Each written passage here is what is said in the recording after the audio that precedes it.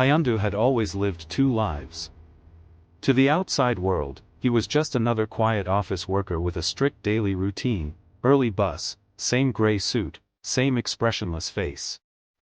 But behind the elevator doors of his so-called company was a world built on blood.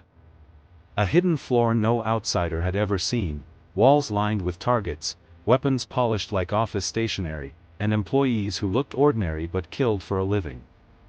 In that building, anyone beside you in the elevator could be a smiling accountant, or a trained assassin. And one wrong word might get you silently erased. Hyundu's new assignment was the kind that twisted a man's insides. His target was Arun, his junior, a part-timer who believed Hyundu was the only person who saw value in him.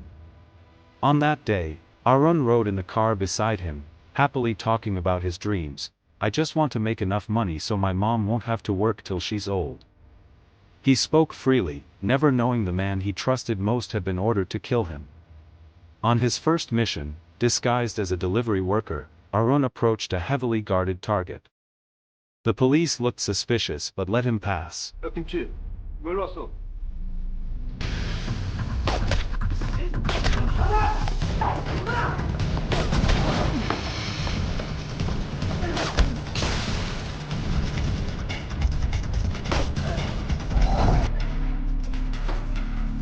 정말 중요한 생각이야.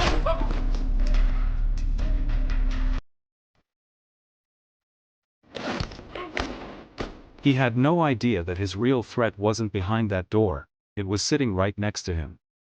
In his final moments, Arun made a last request, give my savings to my mom. Then Hyundu pulled the trigger.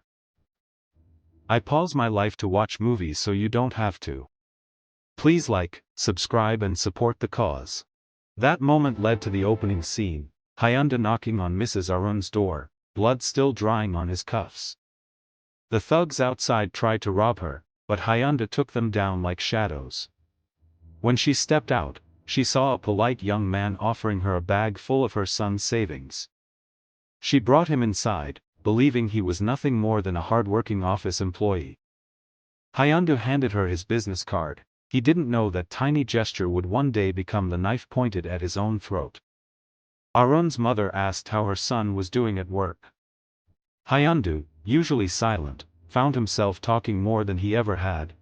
Her daughter stormed off angrily, complaining that her brother never had time for them, not even on their father's funeral day. She blasted music through her speakers, and Hyundu instantly froze. That song, it was the same cassette he listened to as a lonely delivery boy. And only then did he realize who this woman was, his childhood idol, the singer whose voice had carried him through the darkest nights. That night, Hyundu lay awake, rewinding her old tape on repeat, feeling something he hadn't felt in years, warmth. The next morning he nearly arrived late to work. Representative John, the company's boss, didn't scold him. He saw Hyundu as his most promising weapon, the successor to a legendary assassin named Jean Chakuk. Hyundu's next mission, eliminate Jean. The man had lost his wife and child in a car accident. After quietly making the driver disappear, Jean vanished. When Hyundu tracked him to an arcade, Jean beat a staff member senseless, then sensed Hyundu's presence and aimed a gun at him. Hyundu asked him to return to the company. Jean refused. I gave them everything. Now I have nothing left to live for. Tell them that. Later, Hyundu woke up back at headquarters. He had fainted after Jean knocked him unconscious, and this was the first mission he had ever failed. Kwon Jang, the cruel supervisor, demanded an explanation. Hyundu said only, I'm sorry. Soon after, Hyundu discovered Arun was alive. He had spared him out of respect, hoping to transfer him to a safer department, but the company rejected him and now wanted him dead. Arun couldn't understand why Hyundu treated him harshly. Hyundu simply said, you're not meant for this world. Meanwhile, the company executed a flawless mission, surveillance cut, target cornered, body disposed of like trash. To them, murder was a routine task, no different from filing documents. That same night, Hyundu shared dinner with Arun's family. For the first time, he felt something close to home. He felt the warmth of belonging, something forbidden for someone like him. But duty dragged him back. Jean was spotted again. Hyundu confronted him in his home. Jean didn't fight back, he begged for a quick end. "Tell me," Hyundu asked, gun pressed to his head, "why didn't you run?" "Because I'm tired of walking between light and darkness." Bang! The company promoted Hyundu to Jean's position. For once, he wanted to share his joy with Mion. On their first date, she admired a cafe she wished she could buy. Hyundu overheard. She had no idea that the shy man beside her was capable of ending 10 lives before breakfast. But danger was coming. The police were investigating officers killed at the crime scene. And when an officer stopped Hyundu in the street with Mion beside him, he forced himself to act calm and hand over his business card, another mistake that would snowball later. Jean, somehow alive, appeared again on camera while visiting his family's memorial. The company dragged him back. Representative John placed a pen in Hyundu's hand, the tool of execution. Jean warned Hyundu not to sink too deep. But Hyundu said nothing. He dismantled the pen, exposed the hidden wire, and strangled him. That was the moment the higher-ups decided Hyundu needed to be eliminated. Police traced Hyundu using the business card he'd handed over.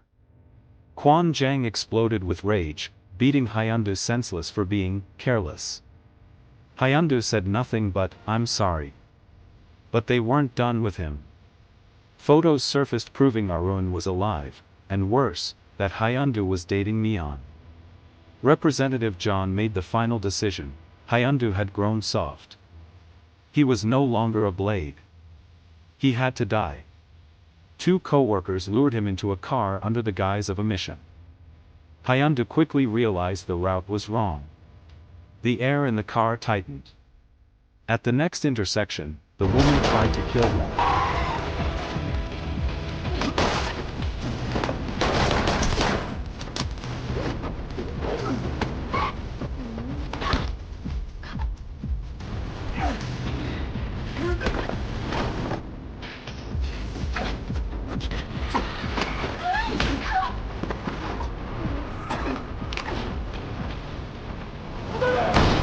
But Hyundu reacted faster, dispatching them both.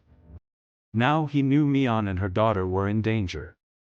He called Arun, ordering him to get them out immediately. They fled to the home of Bam Ji-hun, a respected senior who had properly retired from the assassin world. Hyundu trusted him. But Mion confronted Hyundu, demanding the truth.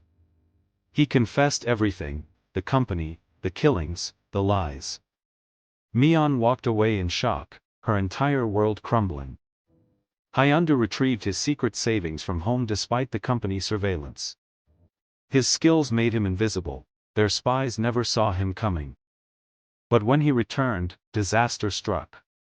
Ban Ji-hun betrayed him. He had handed Hyundu's location to the company in exchange for reinstatement. "In this world," he said coldly, "either you step on someone, or you get stepped on." Hyundu begged him to let Mion go, even offering all his money. Ban Ji-hun refused and hit him with his gun. Arun's family trembled in terror.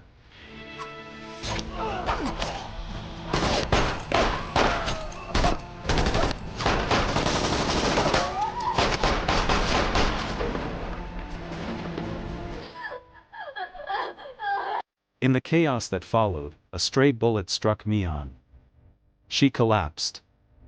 Hyundu held her, his soul shattering as the light left her eyes. That was the moment the last humanity in him died. Please subscribe so I can get monetized. Back to the movie. With nothing left to lose, Hyundu became a storm. He armed himself, strapped on a vest, and walked straight into the company headquarters like it was another workday. The receptionist tried to play dumb, he shot her without hesitation.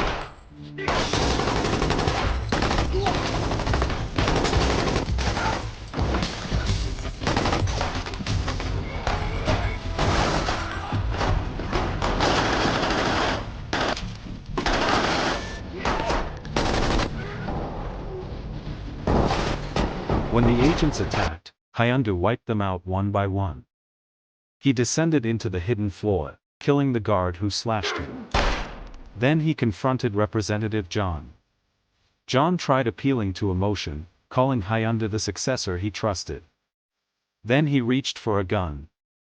A single shot rang out. Aaron had appeared behind him, firing the kill shot.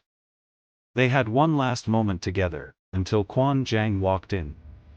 Hyundu pretended to surrender, then snatched Quan's own pen, wrapped the wire around his throat, and dragged him to the rooftop. But strangling him felt too kind. So Hyundu shoved him off the building, letting him crash before the horrified crowd. He told Arun to run. Hyundu would take the fall alone. Covered in blood, he walked out of the building in silence as police sirens screamed from every direction. He didn't resist. He didn't run. He accepted the punishment of the law, the final choice of a man who had lived too long in the shadows. And that was the tragic, violent life of Hyundu. A man who was raised to be a weapon, yet died chasing a love he never deserved. Thanks for watching. If you enjoy content like this, please make sure to like and subscribe to help the channel.